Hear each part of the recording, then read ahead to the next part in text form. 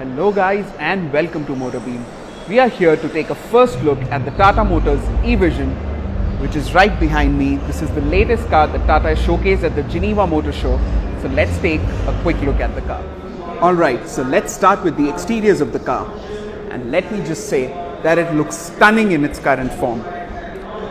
Starting from the front, you've got these really slim and smart looking headlamps, which of course are LED, and the grille starts right from the tip of the headlamp and goes all the way to the other side.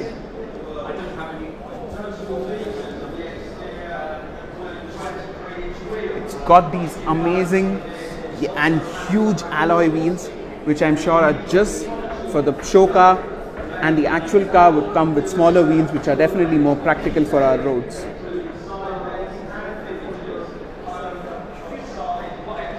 Moving on to the sides, gets these rather smart, however a bit unfunctional outside rear view mirrors, and the grab handles draw inspiration from JLR vehicles like the Velar and others. Of course, Tata wants to show that they want to get into the electric vehicle space with this one, and hence this is called the Evision, and it proudly gets the EV badge here.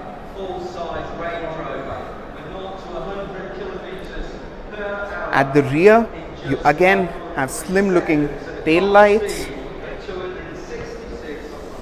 and a rear diffuser.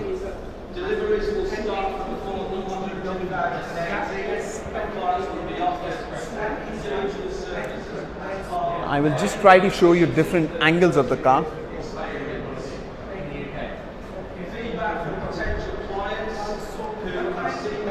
The car here on display gets a glass roof.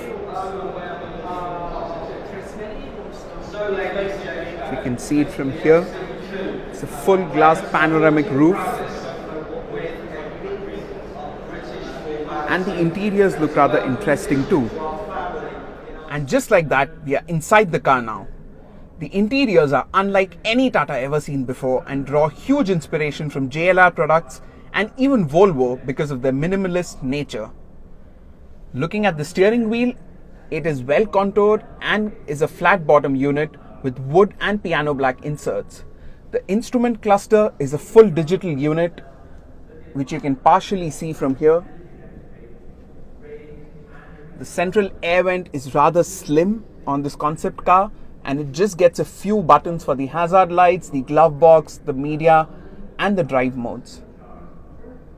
Now, one very unique feature which draws inspiration from Ferrari is the passenger display, through which passengers and even the rear passengers can see quite a lot. Again, moving on to the door cards, they look rather premium as well, and they also get really nice speaker grills, wooden insert and piano black inserts.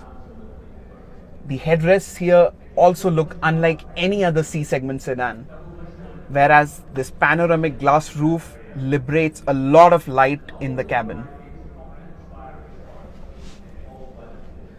So checking out the rear seat space, there's quite a lot of legroom here. My feet are very comfortable.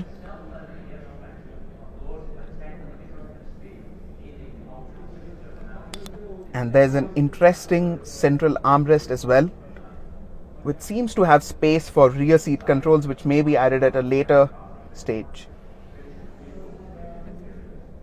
Again, a look at the rear door panels. And an interesting bit of detail here in the seatbelt clip.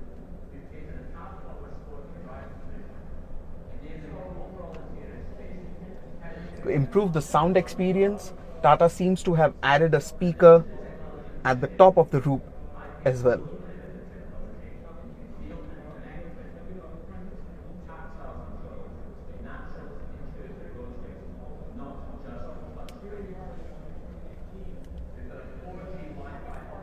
Gets a frameless rear view mirror.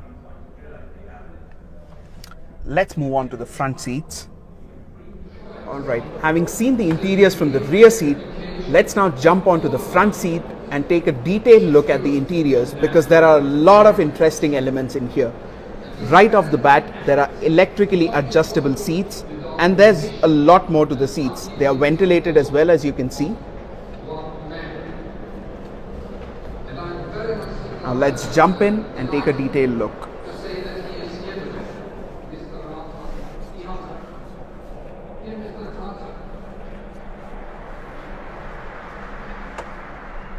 So here is the instrument cluster in a lot more detail. The graphics look rather nice and funky. Has paddle shifters, cruise control buttons around here, and the volume buttons around here. The center console is what is really interesting. So what Tata has done is that they have moved all the controls that you normally don't use way too often onto this nice screen, just like Volvo. So the seats get massage function, the aircon controls are in the screen, and all the media controls are of course on the screen as well. The vents, now the vents are rather interesting too. They are not the conventional vents, and they are based on the Dyson principle, which a lot of you would have studied in physics. The secondary display, you may be curious what all does it do.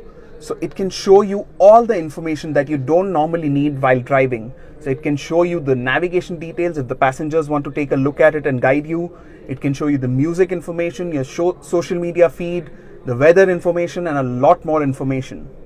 So it really opens up quite a lot.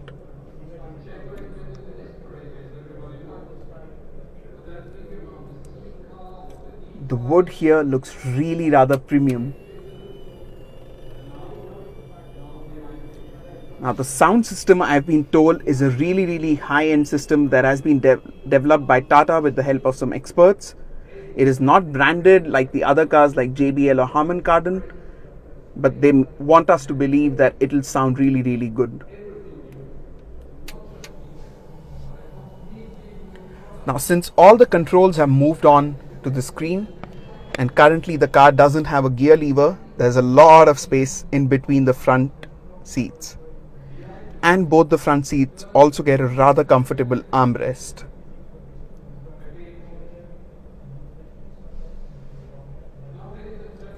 So guys, that is all about the interiors. Alright guys, that's it for this video. It was a quick first look at the Tata Motors Evision. If you like this video, press that thumbs up button and subscribe to Motorbeam for more such videos coming from the Geneva Motor Show pretty soon.